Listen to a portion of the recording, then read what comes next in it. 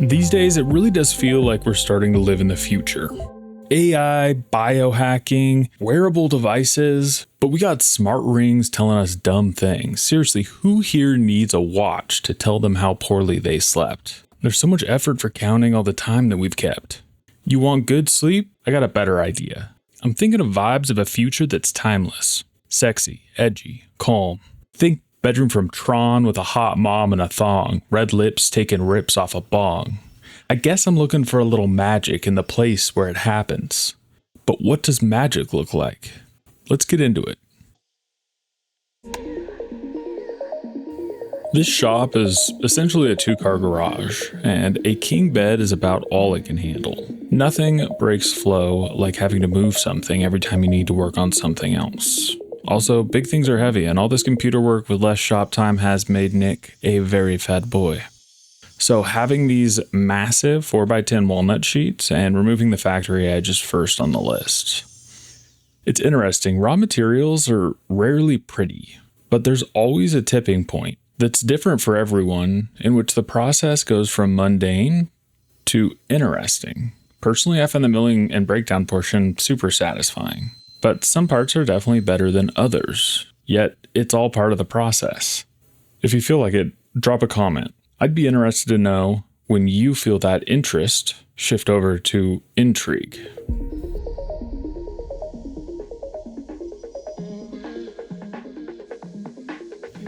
The detail that really sets the tone for this design is centered around a 2-inch radius corner. To quickly reproduce the corner on all 16 corners of the headboard and footboard, I've selected to make a router jig in a couple different flavors. The first is a simple jig that sits on top of the piece and can be used as a template to flush trim the curve with a handheld router. And similarly, another that is used to hold onto the workpiece as the panel is fed through the router table to achieve a similar result.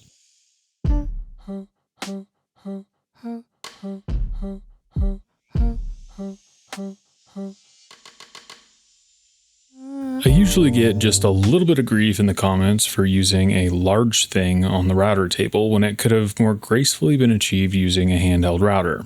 To those people, I would like to tell you something I often say to my wife. You're probably right.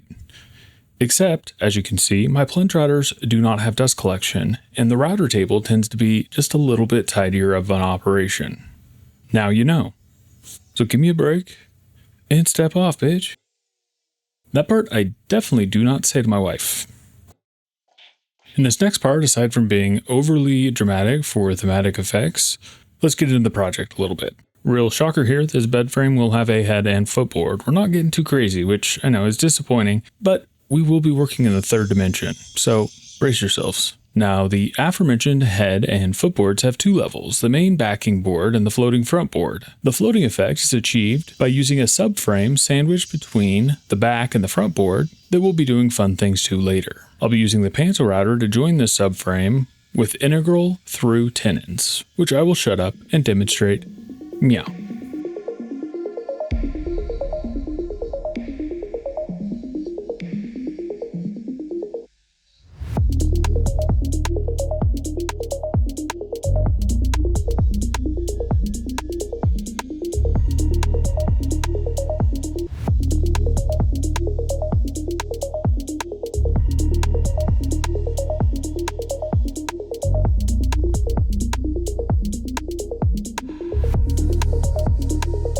After mortise and tenoning, we'll also be dropping some hardware in for mounting purposes, so I'll go ahead and get those holes counterbored on the drill press while I'm over on this end of the shop.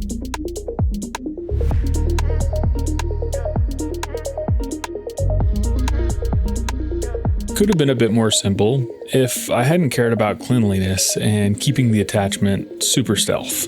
The floating front will be attached to the frame using glue and screws, nothing fancy there. The front will then have attachment points along the ladder with 1/4-20 threaded inserts and pancake head machine screws to allow access to the internals down the road.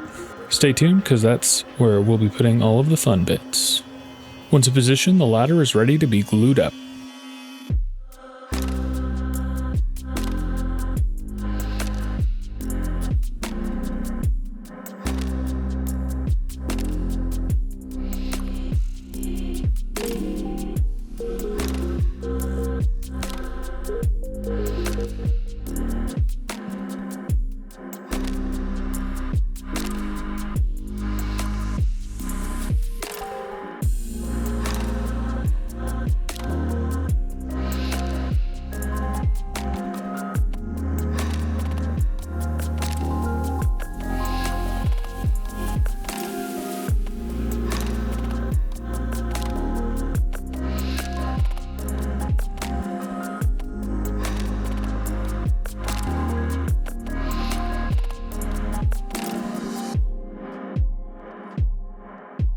That was unnecessarily satisfying.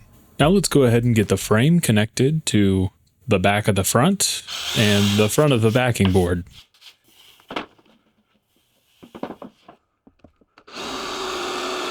So I messed up a little bit and I drilled the hole here too small. And if I was going to come back and do a bigger one, the Forstner bit no longer has the purchase or reference for the point. So it'll kind of sneak around in there and just make a really messy hole. So quick tip, all I've done is I've gone through and I've reamed out this hole to a 1/2 inch. I've taken a little bit of 1/2 inch dowel and sawed off just the little tiniest bit. And I'll put that down in the hole. Now all of a sudden I have a secure piece that is filling that hole, and I can come back through and find center again, and it'll give me a much cleaner recess that will now fit the end of the screw. With the pockets looking prim, I can transfer those mounting locations to the frame and install the threaded inserts.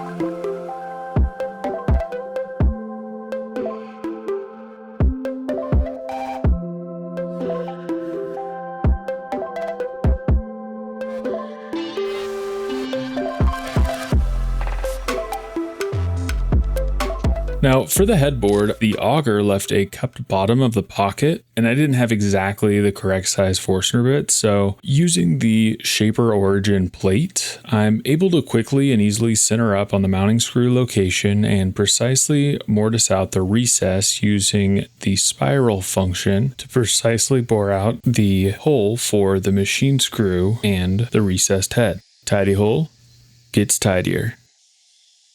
Round it goes down the rabbit hole. In Australia, I hear it goes counterclockwise.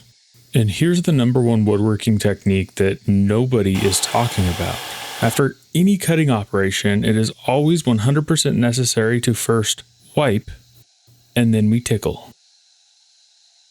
Now, while we're on the back of the headboard doing hardware and mounting, it's as good a time as any to get this standing on its own 2 feet. This will be the primary support point for the majority of the upper half of the bed. The support legs hold the headboard at a 5-degree tilt, and to rough out the shape, as you can see, I've just cut an MDF template and glued it back together to get that correct angle. After sawing out the majority of the waist, I will turn around and use this template to come back through and refine the shape on the router table.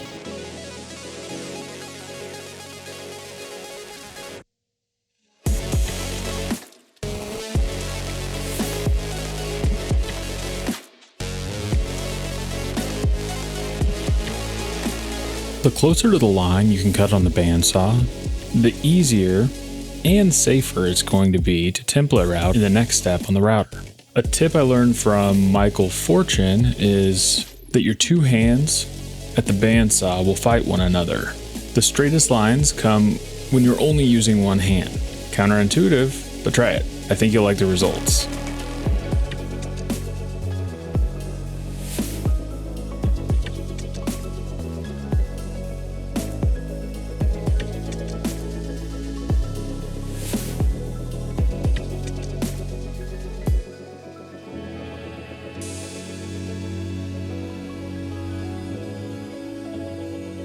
The next techniques we'll be covering are similar to those mentioned before, but have some nuance and application. The first variation we see on the wipe and tickle is its very closely related blow and scratch. We prefer this method typically when double checking to see if any schmutz is affecting the work. And finally, the last one we're going to cover here is primarily applied when using hand tools, and especially when there's inadequate dust collection. Here we'll see a variety of the technique I've coined, the wipe and blow. Not always in that order, and here the tickle is totally optional.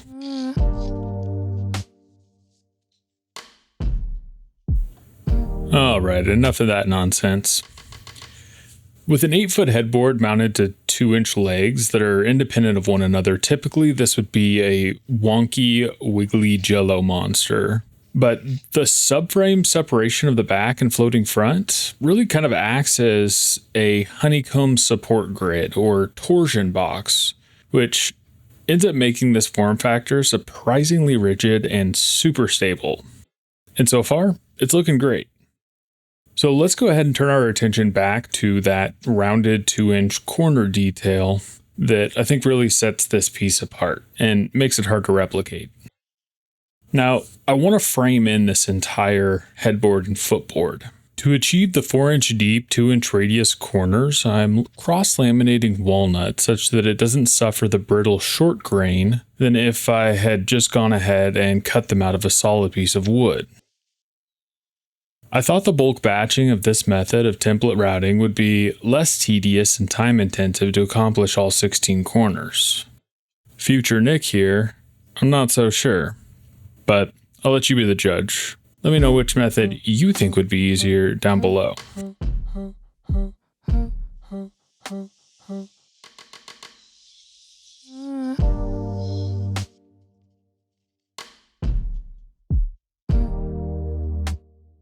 Using this template that I made, I'm able to rough out the general shape of these corners on the top of this cross-laminated block.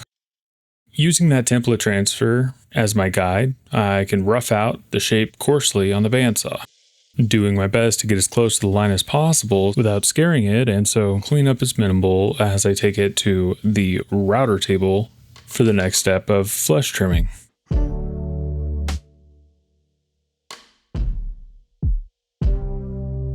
Only the insides of the corners are flush trimmed to the template, at least for now, as I don't know exactly where the straights of the frame will land width-wise, and I'd rather be a little bit over than a little bit under. I really don't want to have to remake these.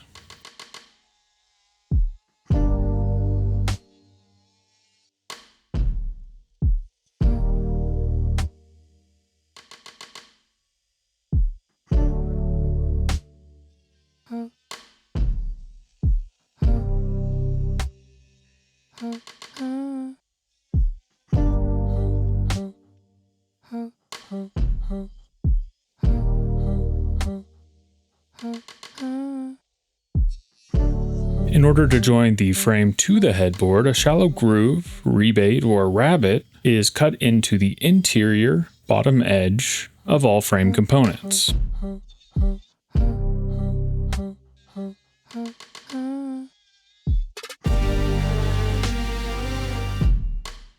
With the template routing of the interior radius of the curve, we've established a proper reference to easily rough out the outside of the curve using a reference point jig against the reference face on the bandsaw.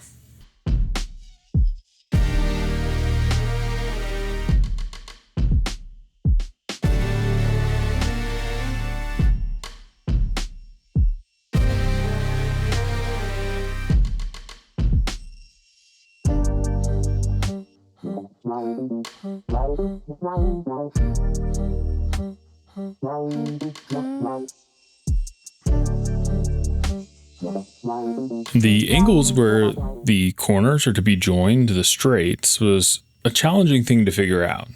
As they came out of the board and trimmed down precariously on this little table saw sled, the corners met the straights of the headboard frame at roughly 45 degrees, which was actually the plan. After some thought, though, I decided that butt joining angles might lead to some alignment and or strength issues down the road. So instead I opted midstream to pee with the wind instead of against it and fashioned a super quick and shitty miter saw jig that accurately fixtures and references the corners as they were and cut a repeatable square edge that will receive dominoes and join to the straights of the frame before being affixed to the headboard.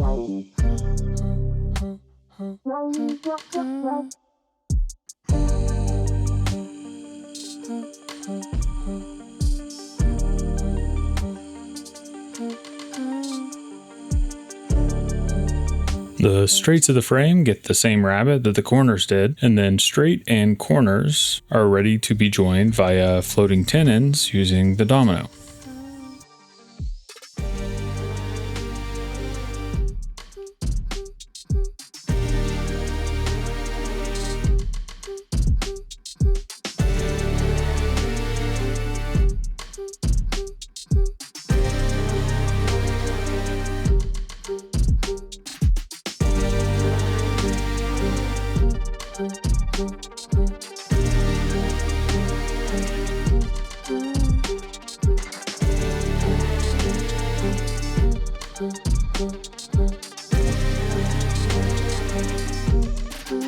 I had some trouble with the insides of the curves as they were a little tricky to sand because I'm not really equipped for tight interior radii shaping, but I ended up getting it handled mostly by hand, and those rough outside curves are to be fared with a lovely, elegant, and graceful tool colloquially known as a big-ass belt sander with 80 grit that we'll put to work after the frame is dried.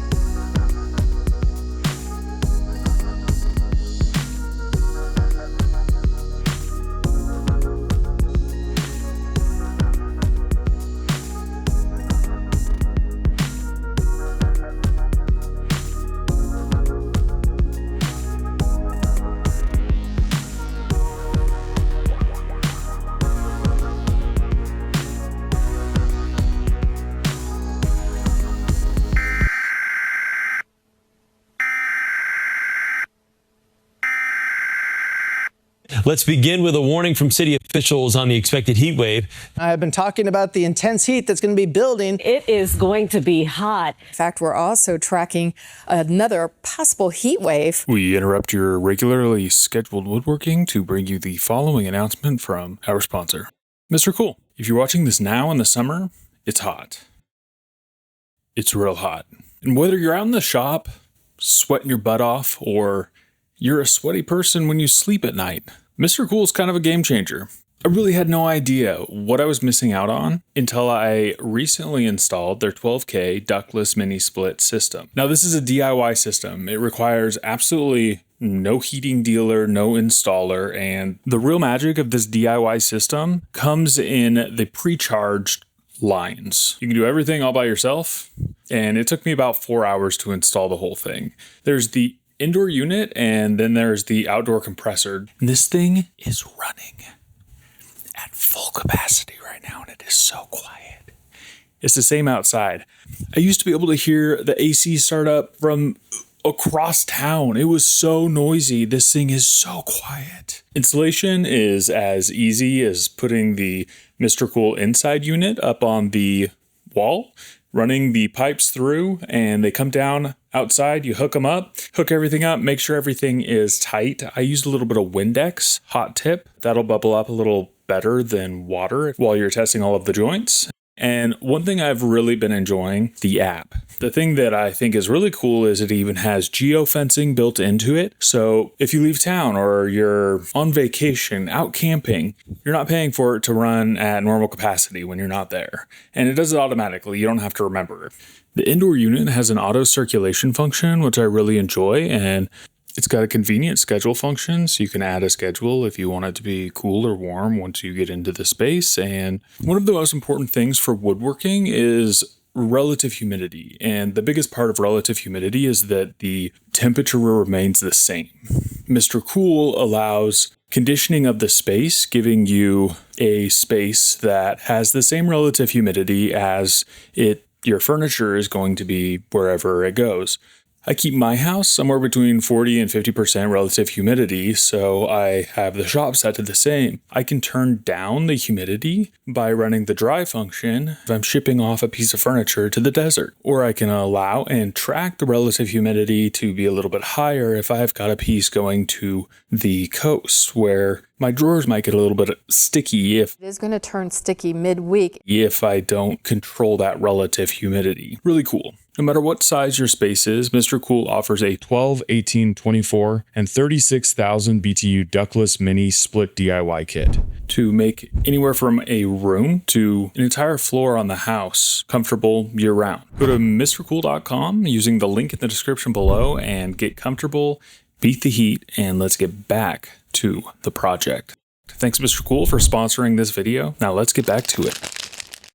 Hey, speaking of cool things, this is where the magic starts. That's right, folks. We got party lights. You like to party, I like to party, and we all like to party.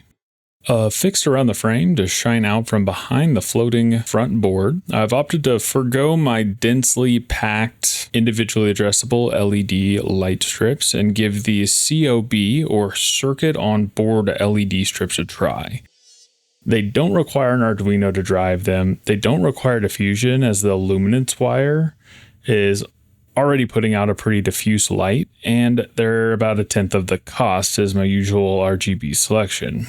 These are only CCT or tunable white from tungsten to cool white, but they do have several light display effects to choose from already built in.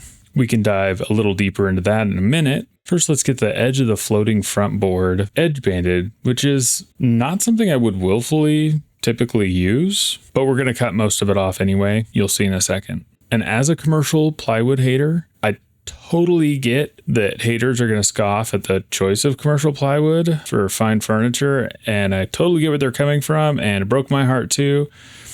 But unless the haters would like to pay for the time materials to build these panels in solid wood or design an 8-foot frame panel that's structural and allows for seasonal movement, or to come lay this big ass panel up with some thicker veneers and a fancy shop laminated substrate, they could shut up and suck my hardwood. My world, my rules. Jokes aside, budgets are budgets and board feet are bountiful in this big old bed. So the big surface areas were the easiest places to cut down on time and materials. I don't think the quality or the design suffered from this choice, and I think you'll agree.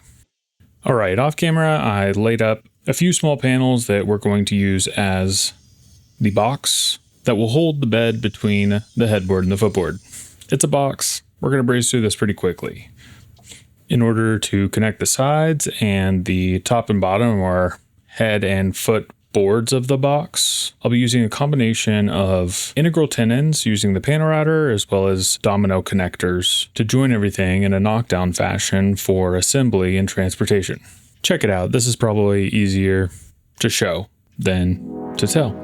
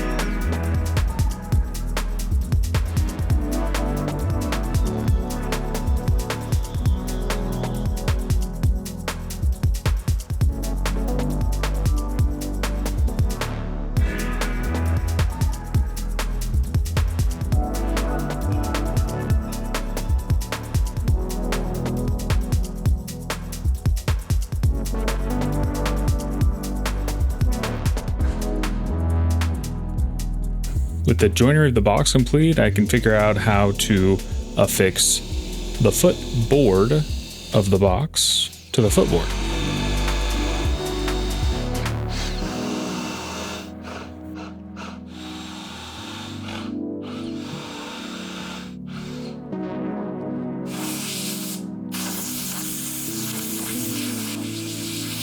Blow and wipe.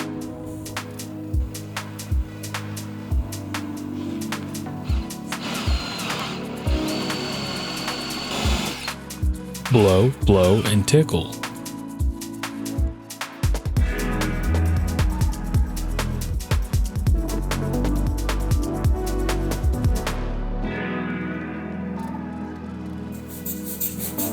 I may have messed up. This little strip of end grain is pretty weak, and it's probably likely to bust out eventually in the sort of headboard to footboard motion. When I get into bed and I start sawing my dovetails, that's when it's going to become an issue. I think it's an easy fix. All I'm doing is I'm taking and driving some really long screws in here just to give this tenon a little more reason to stick to the end of the board. It ain't perfect, but nothing I ever make usually is. And the awesome thing about woodworking is it's wood. And even if it breaks, it's pretty easy to fix. Learning opportunities like these are usually something that I like to call out because you guys tend to like to see them. And I understand why, because sometimes when you get in a pickle, it is kind of hard to figure out, what do I do? How do I fix this? So hopefully calling this out helps in solving a problem that comes up for you. I was actually surprisingly impressed with the adhesive on the back of these COB strips. Typically, LED strips are backed with garbage adhesive, but these ones were super sticky. So now how to get power into the box in a place that won't be seen that's also accessible for some stealthy wiring.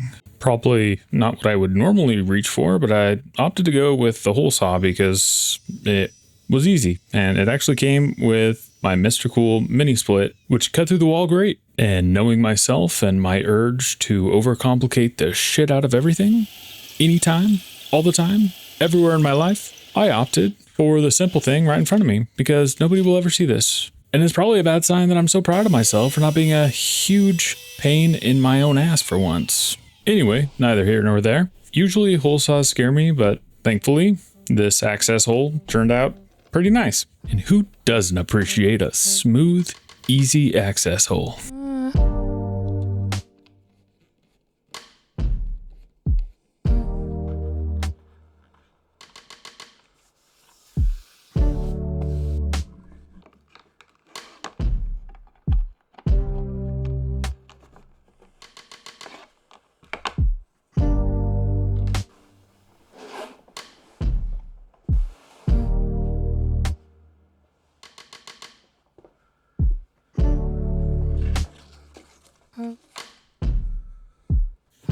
All right, so this is kind of hard to show, but I feel like I've made a bit of a mistake. So they only had 3/4 plywood.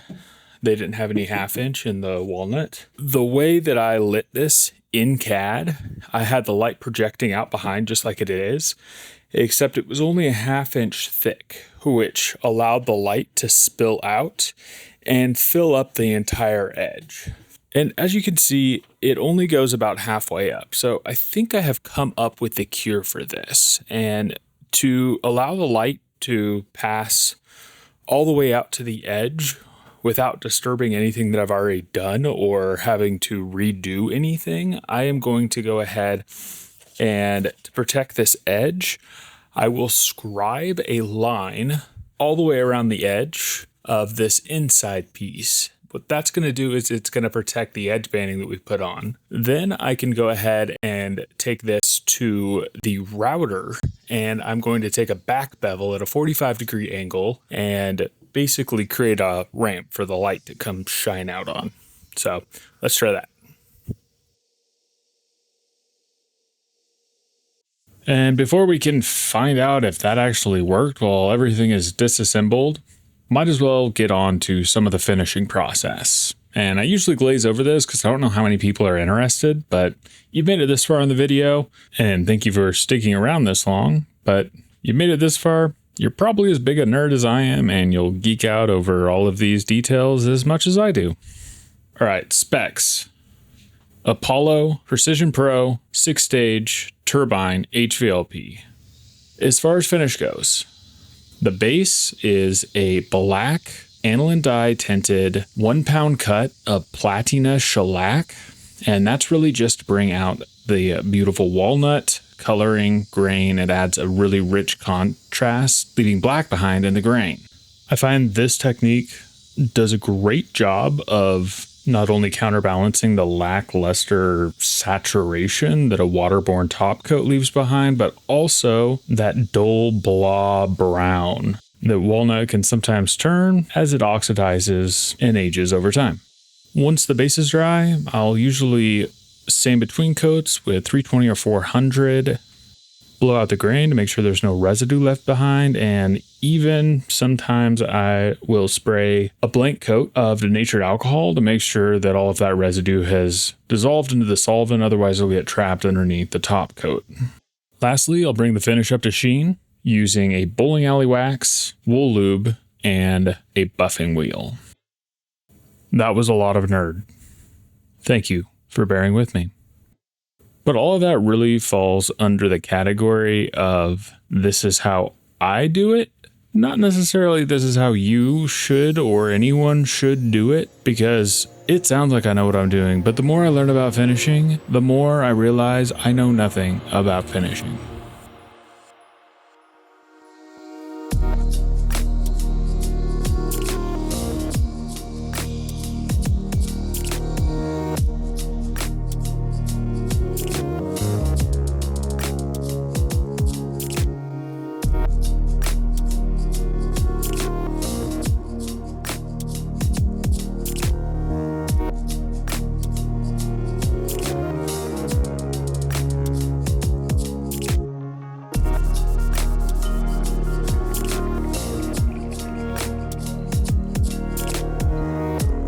I really can't tell you why, but I didn't like how the legs touched the edge of the headboard, so I carved out a little clearance back at the router table.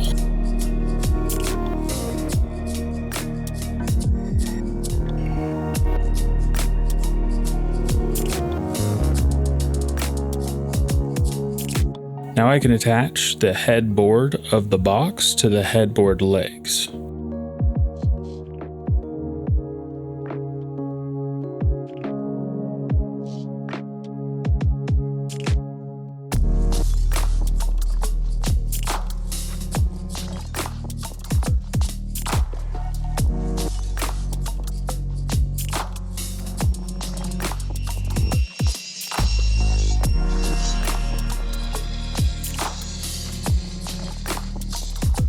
And since this is from the future, we've got some power requirements as well as a little bit of I/O to keep the electronics running and keep it from turning into a rat's nest under there. Unlike your typical box spring, the bed that's going in this frame is motorized. And the way it's built, there's no need to worry about slats. The motorized base was, however, designed for shack, and there is nothing more emasculating than having to give a little hop up into bed, so I'm going to shave 4 inches off of the steel legs. And for as much as I know about woodworking, I am metal dumb, so enjoy.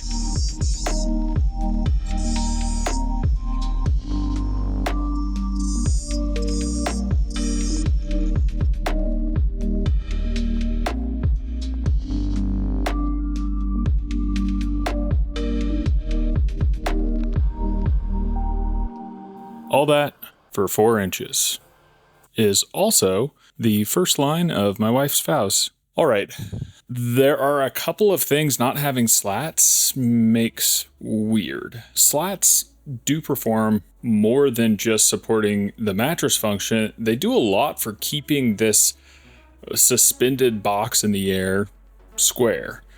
I think I'm in the clear. We'll address that when we get there if we need to. I think we're in the home stretch here. I hope you enjoyed, and thanks for tuning in. Thanks also to you for hanging out with me. This has really actually been kind of a fun project, and I'm glad you were here with me for it. All right, future bed, go.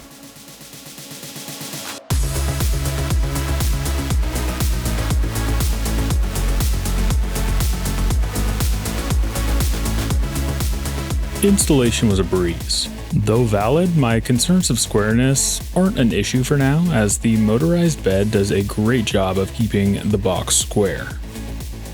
This build really hit all the right vibes for me. A bedroom in Tron, that hot mom, and the thong taking fat rips off the glass bong is right where we landed, all night long. The ambiance from the backlighting really sets the chill mood. It's never too bright, and the smart LED drivers allow full automation of the light animation, dimming, and power cycles. The back bevel on the floating panels lets the light spill out nicely without ever revealing the strips behind, exactly as I planned it. I'm still not in love with walnut paneling, but I gotta admit that I love the book match on the headboard and footboard. No more USB power adapters or wires going everywhere. The cable management around the bed alone makes the room feel modern and clean. Thank you all so much for watching. I hope you enjoyed it, and if you did, I'd really appreciate the like and subscribe. And that's all for me.